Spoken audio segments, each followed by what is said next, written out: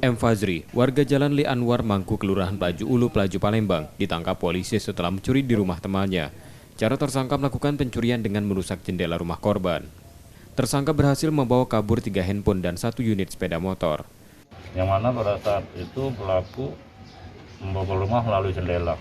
Jendela rumah, masuk ke rumah diam-diam dan berhasil membawa barang-barang milik korban berupa motor, handphone, dan lain-lain. Kenal. Jadi korban dan pelaku ini kenal.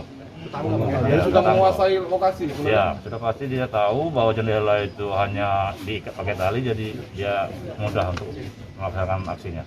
Menurut polisi, tersangka nekat mencuri karena tak punya uang untuk membeli sabu-sabu. Akibat kejahatannya, tersangka terancam hukuman 7 tahun penjara.